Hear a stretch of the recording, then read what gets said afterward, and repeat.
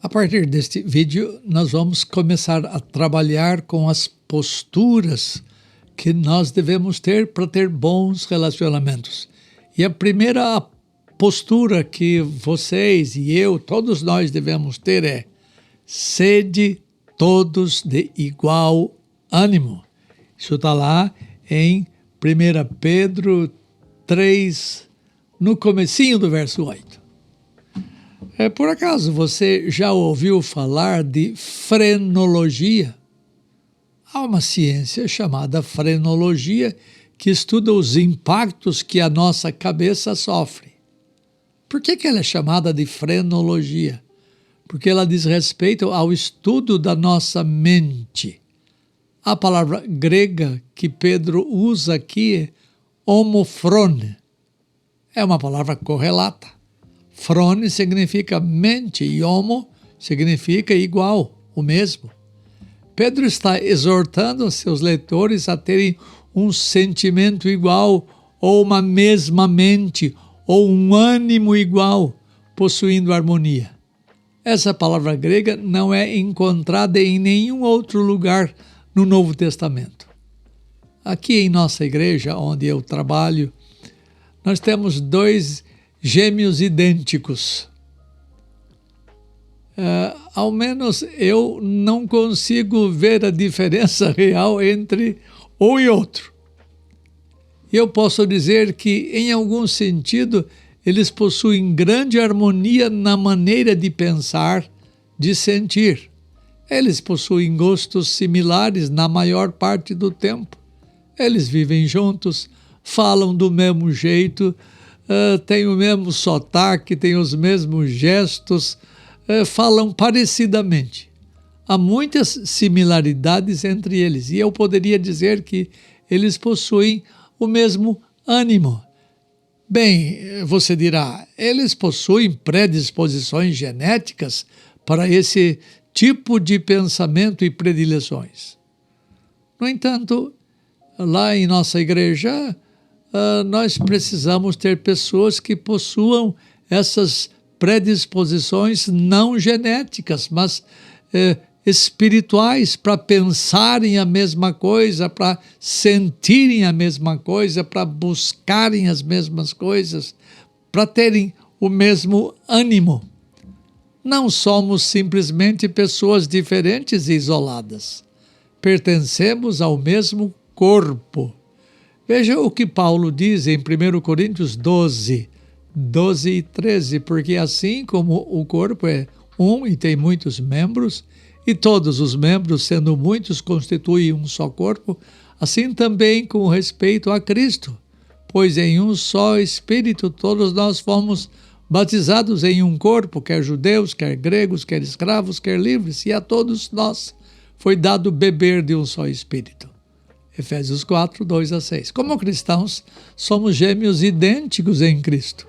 A nossa nova inclinação compartilha do mesmo corpo, porque os ideais são os mesmos. Portanto, devemos agir como membros do mesmo corpo. Esta é a maneira como devemos viver as nossas vidas. Devemos não pensar apenas em termos individuais, mas também em termos de como as nossas ações afetarão o reino de Deus. Este é o tema de que Pedro está tratando nesta seção da sua carta. A questão é sobre como os cristãos devem reagir em face a um mundo hostil. Devemos agir de modo que o cristianismo seja atraente para outras pessoas. Isso está em 1 Timóteo 2,10. Nesta seção, Pedro está nos mostrando como nós devemos nos conduzir em relação de uns para com os outros, de modo que o evangelho se torne atraente para os que são de fora. A nossa conduta tem de ter o efeito de silenciar e desarmar a hostilidade de um mundo incrédulo que nos rodeia. Um elemento muito importante, mas frequentemente esquecido na evangelização, é como nós cristãos tratamos uns aos outros. Se tratamos os outros cristãos como nós devemos, Os que são de fora da igreja quererão se tornar parte do grupo. Eles vão olhar para a igreja e dizer: uau, eu gostaria muito de ser parte desse grupo. Você vê como eles se tratam mutuamente. Frequentemente você vê este princípio em operação. Tome o esporte, por exemplo. Uma equipe de futebol tem uma boa reputação não simplesmente por ganhar, mas pela maneira como os jogadores tratam uns aos outros no campo e fora dele. Isso estimula os outros jogadores a serem como eles. Dá gosto ver um time onde os jogadores têm o mesmo espírito de ajudar e a tratar bem uns aos outros. Eles aprendem a jogar pelo time. Esse princípio é válido na firma onde você trabalha. Se você vê um clima onde todos se tratam bem, então o seu prazer de trabalhar ali é grande. E todo o serviço sai com mais produtividade. Certamente, vendo uma firma assim, você diria: eu sempre quis trabalhar para uma companhia que tratasse da maneira que eles se tratam aqui. Mas isto não é o que acontece regularmente no caso da igreja cristã. Algumas vezes os cristãos tratam uns aos outros tão mal que, ao invés de tornarem o cristianismo atraente, eles o tornam repulsivo. Eu conheço pessoas que já disseram: nunca trabalhe para um crente. Ou nunca pegue um crente para ser empregado. A razão disto é porque ele sabe de muitos casos onde a igreja tem tratado cristãos de modo pior do que a maioria dos empregadores mundanos trata.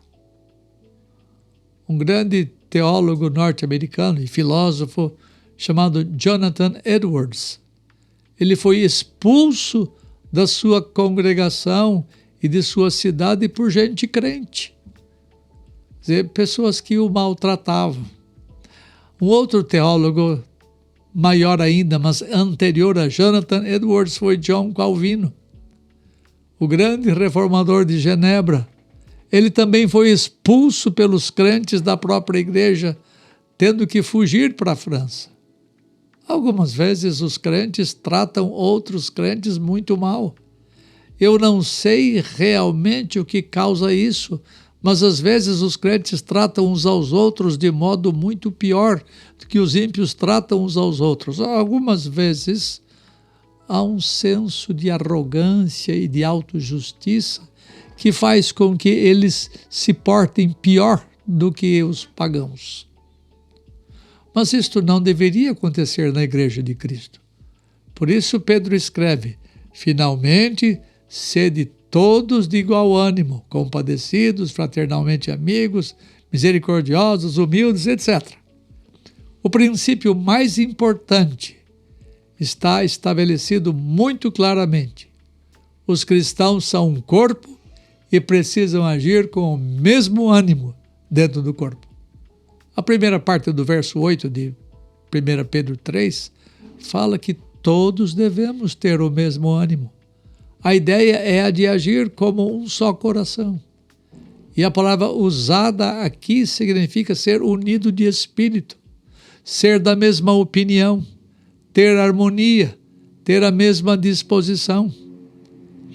Estas ideias me lembram o Salmo 133:1, que diz assim: ah, como é bom e agradável viverem unidos os irmãos. Essas ideias também me reportam à oração de Jesus. Ele diz assim: a fim de que todos sejam um, e como és tu, ó Pai, em mim e eu em ti, também sejam eles em nós, para que o mundo creia que tu me enviaste. Eu lhes tenho transmitido a glória que me tens dado, para que sejam um, como nós o somos, eu neles e tu em mim, a fim de que sejam aperfeiçoados na unidade, para que o mundo conheça que tu me enviaste e os amaste, como também amaste a mim. Então vamos ver agora alguns aspectos de se ter o mesmo ânimo. Alguns aspectos de ter o mesmo ânimo. A fim de entendermos o sentido que Pedro dá à palavra ânimo, recorremos ao ensino de Paulo, que ilustra muito claramente a ideia perpetrada por Pedro. Pedro encoraja a igreja a ter o mesmo ânimo e suas ideias aparecem ecoadas e mais ampliadas no pensamento de Paulo. Escuta o que Paulo disse em Filipenses 2, 1 e 2. Aspas. Se há, pois, alguma exortação em Cristo, se há alguma consolação de amor, se há alguma comunhão do Espírito, se há entranhados afetos e misericórdias. Veja o que ele fala agora. Completai a minha alegria, de modo que penseis a mesma coisa, tenhais o mesmo amor, sejais unidos de alma, tendo o mesmo sentimento. É isto que Pedro quis dizer como ter o mesmo ânimo. Paulo quer que seus leitores vivam de modo digno do Evangelho de Cristo. Está lá em Filipenses 1, 27. Você já pensou que sua igreja não causa impacto na sociedade por falta desse viver digno do Evangelho? Sabedor dessa grande dificuldade, ainda que ausente fisicamente deles, Paulo os encoraja a terem alguns procedimentos dignos do Evangelho de Cristo. Eles são procedimentos relacionais. Percebam as preocupações de Paulo com a igreja, elas são múltiplas. Veja o texto de Filipenses 2 que eu li há pouco. Paulo trata da exortação em Cristo. Ele fala em Filipenses 2:1, se há, pois, alguma exortação em Cristo. Seria melhor traduzir a palavra grega paraklesis como encorajamento em Cristo. Exortação em Cristo é encorajamento em Cristo. Os crentes precisam do conforto que vem do Redentor para enfrentar as lutas contra o pecado e contra si mesmos. Uma igreja cristã supostamente deveria possuir esse encorajamento que procede de Jesus Cristo para que ela possa encorajar uns aos outros nos momentos em que o desânimo bate à nossa porta. Uma igreja revitalizada precisa expressar o conforto que vem do Senhor dela. Uma segunda coisa que Paulo trata em Filipenses 2:1b, ele trata da consolação de amor. Ele diz assim, se há, pois, alguma consolação de amor. A palavra grega usada por Paulo é paramuthion, e pode ser traduzida como conforto, consolação, incentivo.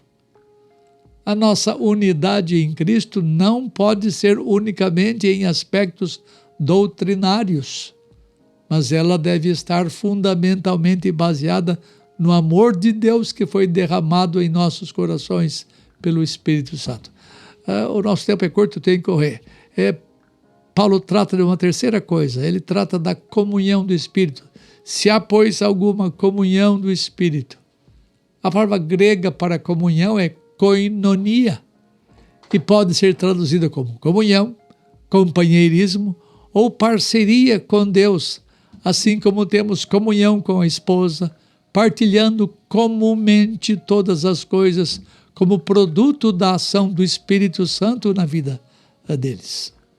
Uma quarta coisa, Filipenses 2:1 trata dos entranhados afetos, ou seja, daqueles afetos que vêm lá de dentro de nossas entranhas.